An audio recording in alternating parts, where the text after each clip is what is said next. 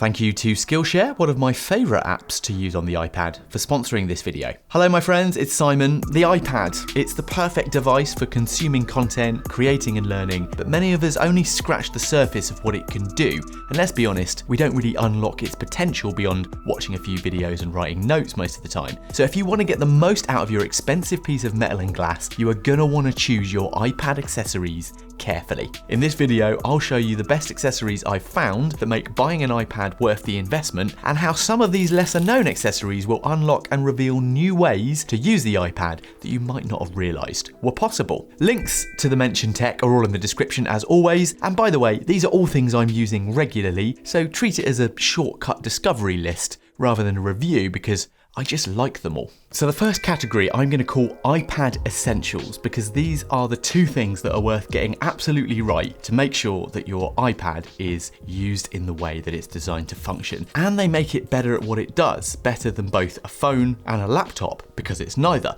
First, the right stand or cover is going to go a long way to make it a versatile device in your hand and then when it's on your desk. Here are my top choices over the years. The Keychron Pro magnetic stand, it's called the Magflott. This is what I think is probably the best made and most well-designed stand in terms of aesthetics, and it allows for both landscape and portrait viewing. There's also the Magflott Pro, which has an extendable device here which allows you to raise it up. So it'll work really well next to, say, your laptop or a monitor and your computer using universal control. Maybe you'd prefer to consider a stand that also allows you to use your Apple Pencil effectively. And for this, I absolutely love the Banks stand. And this is because it still looks good on your desk. It's got a nice turning system. It moves rather nicely, but it also works really well as an angled stand. So I can lower it down to the desk, and then you've got a nice platform from which to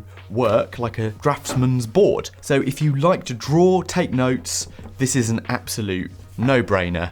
And what's really cool about it, because it's magnetic, you can magnetize it to something like a desk shelf. So you might want to combine a stand like that with something like a removable folio cover, and you're going to have the best of both worlds. A magnetic folio case like this one from Pitica. I've had it for years and it's absolutely brilliant. I'm actually using my iPad as a teleprompter right now, so it's not on there. But it's a protective cover, and it's also really fab because it automatically turns the iPad off when you close it. And yet, of course, it's going to double as a stand. You've probably seen these before, but I particularly like the way that this one behaves, and it keeps things nice and light and portable. And what's really cool is because this is separate, this cover, you can keep things nice and simple. Okay, I'm aware we probably need to talk about those Apple keyboard and folio case options, right?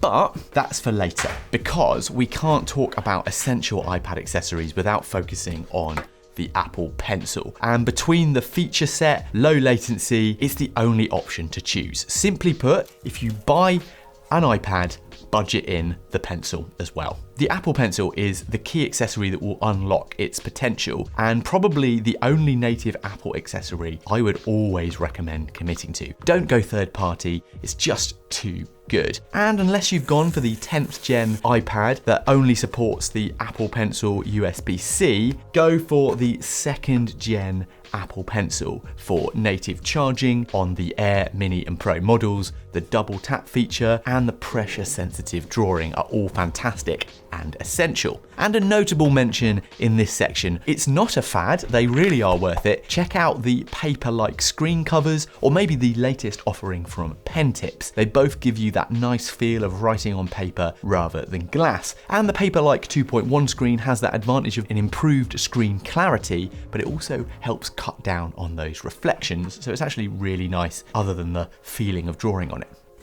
So, adding the Apple Pencil is then a #1 accessory to make the iPad so much better. For creative tasks, hobbies like photo editing, video editing, drawing, note-taking, planning and researching. And on that note, if you invest some time learning, you'll also be able to unlock a new world of creative skills and ways of working on your iPad. So before we dive into keyboards and iPad desk setup tools, let me show you what I mean and how I've been combining my iPad with today's sponsor Skillshare. Now, if you don't know by now, Skillshare is the largest online community for creatives with thousands of classes led by industry pros across film, illustration, design, freelance, productivity, and more. I've been using it recently to learn how to create myself a digital planner and prompted journaling template to use in an iPad note-taking app like GoodNotes or Notability. There were classes on everything I needed, from digital design for the templates to advice on effective guided journaling practices in this curated learning path. I can even go into split screen mode on the iPad and learn and follow along at the same time. In fact, Skillshare have designed a bunch of great learning paths like this one on using Procreate Basics. If creativity is more your thing, they'll have all you need to get from novice to pro super fast. So learning paths are hand-picked classes meant to be taken in order that build on one another, reinforcing the lessons. They're available in a range of experience levels from beginner to advanced and a variety of categories including design, productivity, and tools and software like Procreate and Blender, marketing, and all the rest. I'd say this has definitely helped me make the most of my Apple Pencil. So this year, invest in yourself and your goals by starting learning on Skillshare and take your career, skills, and side hustle to the next level. I genuinely use it and absolutely love it. I'll even be releasing my own class on there very soon, so keep an eye out for that. The first 500 people to use my link in the description will receive a 1-month free trial to Skillshare. So go get started today, and thank you Skillshare for sponsoring this part of the video. Next, we just have to address that keyboard question. Should you commit to the very expensive Magic Keyboard from Apple? Well, whilst it's brilliant, you could both save your money and offer more versatility, portability, and quality of experience in some ways with these next options and approaches. So first of all, this is the Folio, not the Magic Keyboard. I personally feel it's good to avoid the expense of Apple accessories for the iPad most of the time, other than if you know you want to spend 90% of your time in laptop mode, and in which case nothing really comes close to the Apple Magic Keyboard. No one has managed to replicate the quality of the trackpad, the way it powers, plus the Magic Keyboard version adds an extra USB-C port to charge, leaving the other three for moving stuff around and plugging in docks, which we'll talk about in a minute. But remember, it's just so damn expensive, and I reckon an iPad Pro 12.9 inch with that Magic Keyboard is going to be heavier than most MacBook setups. Now, the Magic Keyboard Folio is another interesting option to get the same quality trackpad and keys, but with the bonus, the fact that it detaches from the back and you can still have that nice tablet carrying system, which I really think is worth considering. But at the other end of the scale, there are great options to gather a set of different iPad desk setup tools. Docks, keyboards, mouse, and you have a much more flexibility to do more with the iPad in different situations. So these next accessories will help you do your day-to-day work admin much more easily and get much closer to that laptop or desktop experience. So the first one is the perfect portable mouse. This is the Microsoft Arc 2 mouse. I've not really found better functionality and portability in a mouse than this. And using it with an iPad brings out a ton of new functionality. Pairing it with a Bluetooth keyboard is often a much less expensive alternative to those Apple options. Personally for me, having a simple case around the iPad as a notebook or a reader is really great, and then you can jump to the mouse and the keyboard when you want to get some serious work done. Now when it comes to keyboards, if I want the best typing experience, I can then also choose a mechanical keyboard if I want to get that exact sound and feel that I want. Now my top choices for an iPad are probably those portable, low profile mechanical options. A couple of my favourites, the Lofree Flow. This one is a rather nice match to that space grey design of a lot of things that we've seen in the past. Has a nice sound. We've got this one from Keychron. This is the K3 Pro. Very similar, a little bit lighter weight. Also metal build, really beautiful. And the functionality and perhaps the size of this is a little bit more exciting. But probably my favorite for both quality, portability, and just sound and feel is in this. This also comes with a case if you want to. And this is the NuFi Air 60. Just the sound and the quality of this is gorgeous.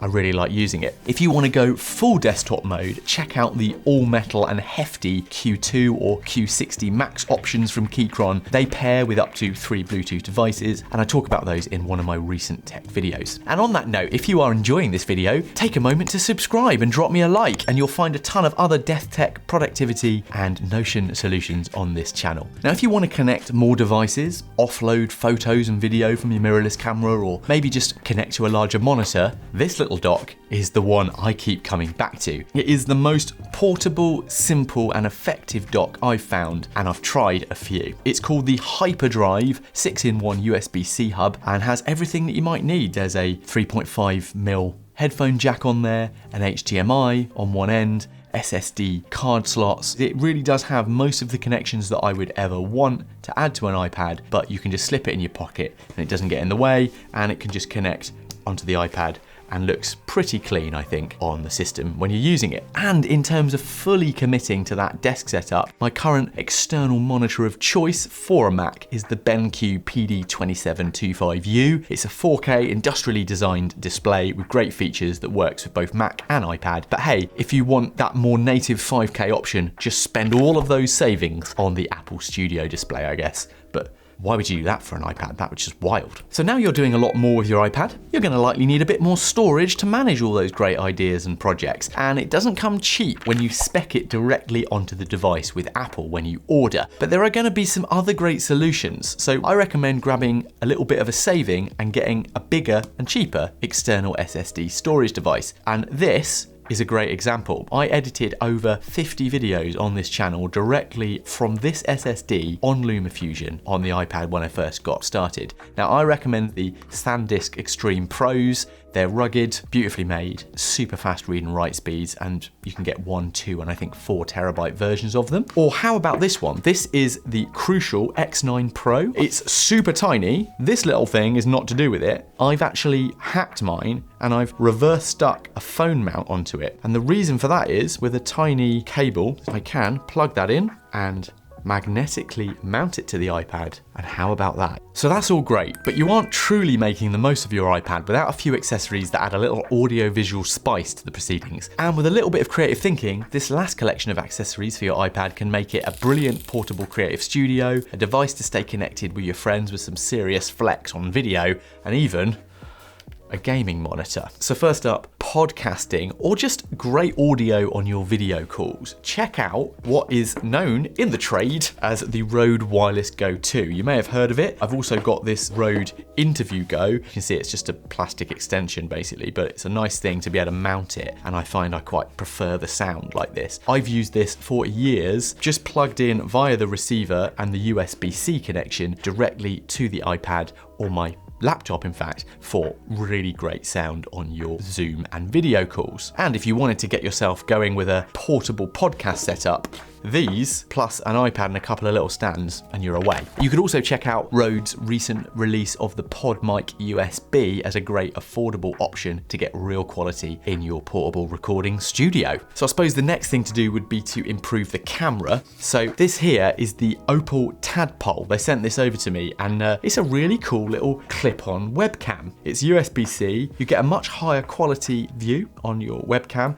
and you can clip it to the top of the iPad, so you're not going to have that side video camera that we've had on so many models so far. It's a cool little device. I reviewed their larger C1 webcam backed by MKBHD last year, but this feels a little silly on the iPad, so you could use this one instead. And how about this? iOS 17 has recently allowed for UVC devices, and that means a capture card can be used with your iPad. This is USB-C to HDMI, and it will send a signal into the iPad. Amazing. This is from Germok. It's around $20 and is an absolute steal to plug in your mirrorless camera for a serious video call flex. But you could also use this for other things. You'll need iPad OS 17 installed, either Capture Pro, which is in beta, Capture One, or my favorite, which is Orion. You can pay $4.99 to unlock things like 4K AI upresing, which is really impressive, or just use it for free. But this little capture card will essentially allow you to create a camera feed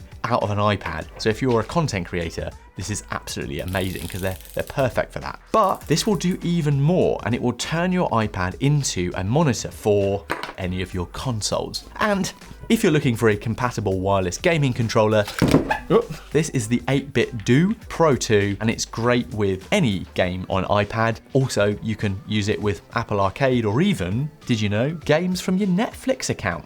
They're free.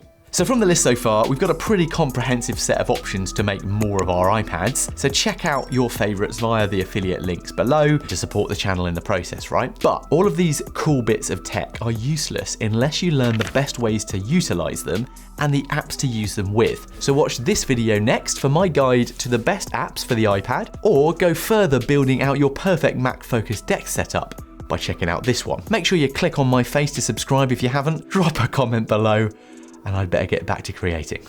See ya.